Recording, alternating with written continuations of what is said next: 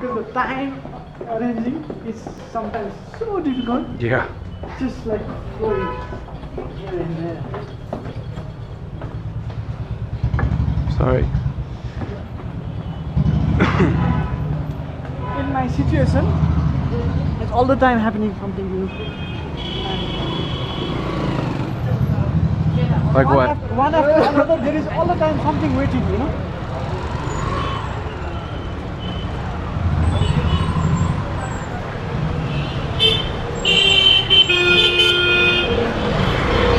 So what's good yesterday about this Yeah. pitch and all?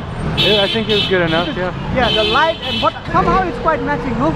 Yeah. We're trying to show something where people need something.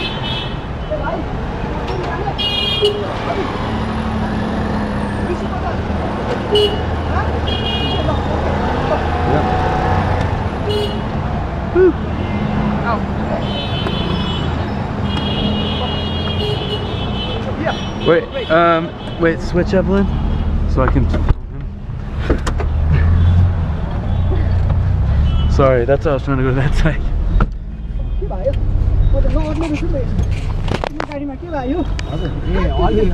filming, yeah? It's comfortable? Yeah. That's good? Okay. Good enough. So we are going to, I mean, like when we reach there, so you can start off filming when I enter. Okay. And in the gate. All Because right. there is, so we have to be a little bit careful because there is a Charles inside. They take 1,000 rupees. So we have to, I will say that you're with me. Yeah. Okay. Better. Yeah. And then say some trick things what to do now. Okay. Otherwise they take one person entry 1,000. Okay. For Westerners. Well, we didn't bring 1,000, so we Yeah, have that's to. right, We I have to. Okay. We will do some trick. You just say yes. Okay? Okay. Yes. Sure.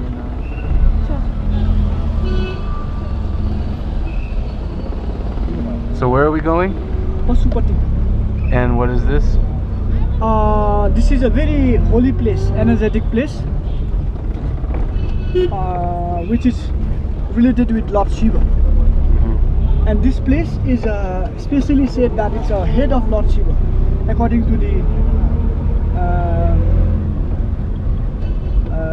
the geographical state of the earth. We believe that the top of the hill, top of the mountain, which is Everest, as the crown. So in that Everest also, this point is the point where there is a huge energy station which collected. So all those spiritual people, we believe that all the spiritual practitioners who have been practicing their spiritual life, they have to come into that point once in their lifetime. To this temple. Yes. To Patanjali. Yeah, Pasupatina. Pasupatina. Yes. Which is the most blessing place for completing your spiritual journey, the journey of life. So it's a very important point. So how often do you come here? Me, I usually come. I like to come actually each week, once a week, especially on Monday, because today is Monday, and it's a very special energy there, because each Monday is a day of Lord Shiva. So this day is very special to receive and release your unwanted energy. It's like a kind of detoxifying yourself once in a week, because it's like a cycle, medium size. Okay. And so how many years have you had the business now? This is just 5 years running, the business actually. Only 5? Yes. Okay. Yeah. So you've been in Kathmandu for 5 years? No, I have been here more than 10 years, but as a business in Tamil. Because Tamil in Tamil, yeah. And so where you were the other 5 years was over, yes. Okay. So I was doing in more social way before, like social work. But now it's also social, but also there is more monetary fund. I mean, like I need to gather to pay for the rent, pay for this and that. So everything is coming now. So I'm joining them together. Yeah, and it's necessary to be in a city for that? Yes. Most of the time? Yes, because you need to take a food which is expensive. And well, there's more energy in the city because more people and more activity, huh? Yeah, more activity and more potential. More potentiality, because more I can spread. Because when I was staying in my place where I was practicing, so we had some foreigners who used to visit, some worldwide people, very less, very often. But now, in one day, I visit more than 10 Westerners from different countries. Cool. Because I know with the people I know that who do sound healing in America, their own art, their own practice, you know, it's personal. They developed it their own way. And I noticed most people all implement the chakras because obviously there's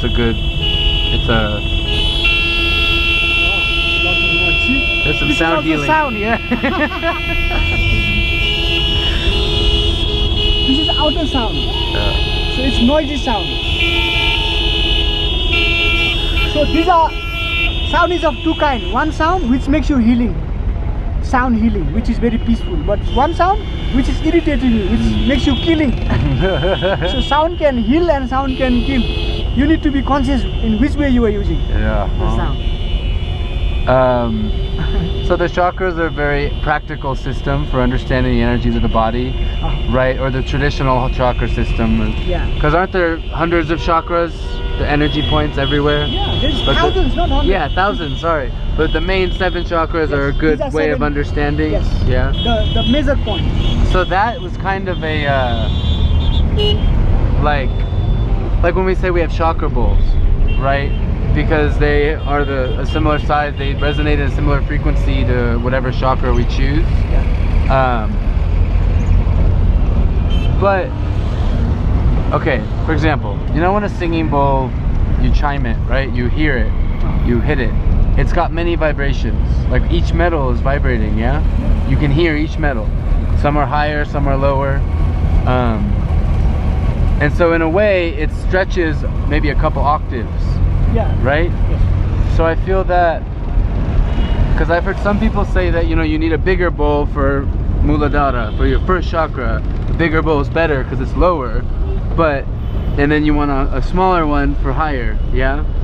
But I feel that some bowls, they make very high and very low. Depends on how you hit it, but it can be both. And so I feel that I think that if it can make a low sound and the frequency is still low, like a very low, I don't know, like 1 to 10 hertz or something. I don't know what the first chakra is, but it's low. Then you don't need a big bowl. But I don't know the science.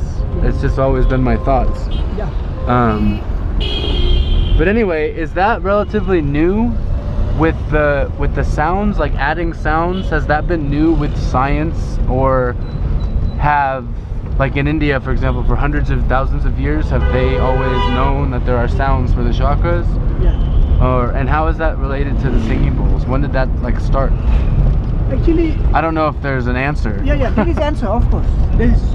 I have all the answers. Oh yeah? What you need. Okay. Because I have been working for that. So I have been meditating for all those things about sound and all those energies, how it works. Yeah, I'm curious about the history. Actually the history about since long time. Actually, if you go through Vedic culture, according to Veda, so we are doing nothing new.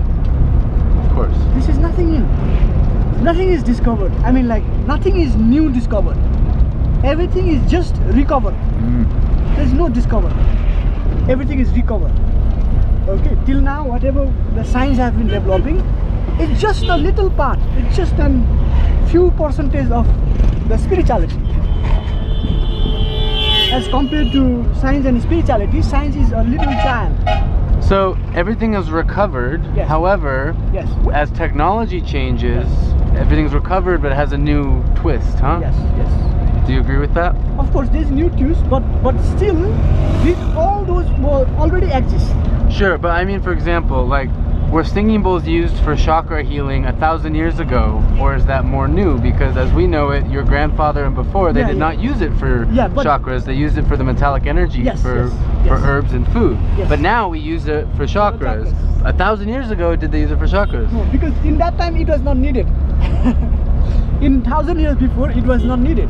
Because all the... What was not needed? because all of them was very highly conscious people that they are already balanced with the chakra.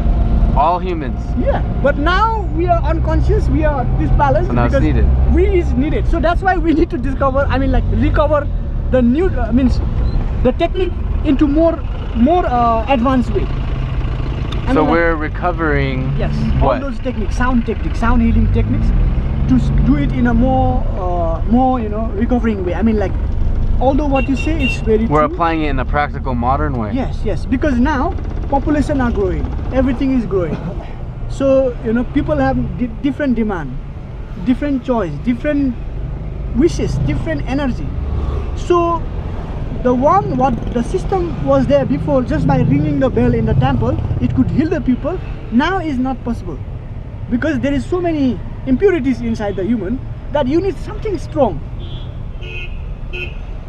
Okay. Yeah. So for that now we are developing more. It's the same formula, but we are just trying to make it more harmony, more beautiful. It's presentation. It's just like we are presenting something good. Okay, so something really deep. So the singing bowls are a symbol of that. Yeah, it's symbol of that. But Is it- although me actually I'm working in a really more deep level to understand more about this subject, and I'm discovering, I mean like recovering many things. Yeah, because more than just singing bowls. Yes, Anything that makes sound. Yeah. Yeah. Actually anything which makes sound can heal many things. Mhm. But singing bowl is perfect, because singing bowl is only the one instrument which can really go deep, Why? because it has that very deep sound inside. Okay, there's two kind of sound. Okay, for that we need to go some different topic about sound now, which can go deep into yourself. So is that something that the sound creates, or something that the sound stimulates? Like it's happening, the potential is you're there for your body to do it anyway, Yes. but the sound helps start it. Yeah, it helps you to balance them, to bring them harmony. So that harmony was already happening 1,000 years ago. Of That's course. why it wasn't needed. Yeah, but now Okay. it's on tune, off tune. We all are off tune. Yeah. So singing bowl is a tuner for the human being. You understand what I I mean? like that. Yeah, Yeah. of course. Like when, Meditation is a tuner, no? yes, Like- but meditating nowadays, meditating is a little bit difficult. But if you have the tuner, it's more easy. Yeah, it's like sure. it's like tuning your guitar without your tuner is, you can, but you Yeah. need time. But if you have a tuner, you tune perfect. Do you know binaural beats? Yes, binaural beats. Yeah. Do you know them? Do you ever Yeah. use them in headphones? Sometime I do. I have been using them recently. I've just been experimenting to see how they work. Sometimes it works very well. Yeah, It's not as powerful as singing No, bowls. it's 'cause not. Singing bowl's real. It's But power, and it's like life. Yeah. There's a life in the Yeah. singing bowl. But it's interesting because the intention of binaural beats, okay, Yes. is two different frequencies, Yes. very close, Yeah. and the difference between the two creates a challenge in your brain because it cannot tell the difference. So the difference subtracted is what your brain creates a different wave of Yes. operating, right? Something like that, your brain wave. Yes. So from alpha and beta to theta and Yeah, delta, theta, right? Delta and all, yeah. And so meditation would be like alpha and theta, yeah? to And go into that stage. deep is delta, Yes. very deep meditation, right? Or even some people call that sleep. Sleep. Dreamless sleep is delta. It's going to deep sleep. So if the binaural beats are in technology, right? Just headphones and a software creating the beats to trick your brain, right? So and then your brain will do it itself. Yes. You see what I mean? So then the singing bowls is not having your brain make your body do it itself. It's making the body do it. Yes. Like with force and power. Yeah. Not force and power, but it tunes you. It tunes you, It's Then not do making the binaural beats also tune you? Yeah, it tunes you. That's why you're getting tuned. I mean, it's like frequency, It's like a radio. If you want to play a radio, there is a tuner. Nowadays, this radio tuner is inside, automatic. Yeah. But You change the... Yeah, we have to tune it. So the singing bowl or any kind of binaural beat when you're playing, that helps you to tune the frequency inside you with the divine. Okay. So there is one point, you don't know when it gets tuned, but there is one frequency and the tuner, once it is connected, then you feel blessed. And you you feel know. like, oh, You know. Yeah. yes. Wow, it's so beautiful. Yeah. That's what it makes you feel good. Yeah.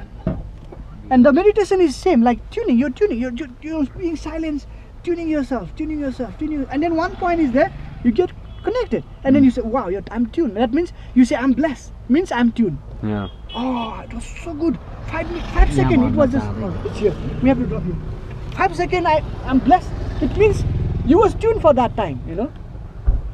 So to stay always into that tuned stage is called staying in the light. Mm-hmm. Staying in the blissful light, you know. What is that called? What is that called in Sanskrit? It's like a blessing. I mean, like, We call it enlightenment. yeah, in or, light. I mean, like in light. Although enlightenment is a very high used word, Yeah. but yeah. because we cannot, the person who can always stay in that stage of meditation, Yeah. the glooms of that meditation, being very peaceful. That's like a Buddha. Yeah, that means you are into the light. When someone is into the light forever, that means he's enlightened, Yeah. because he is in the light. So it's a huge subject. Yeah. What is the word called? We were reading.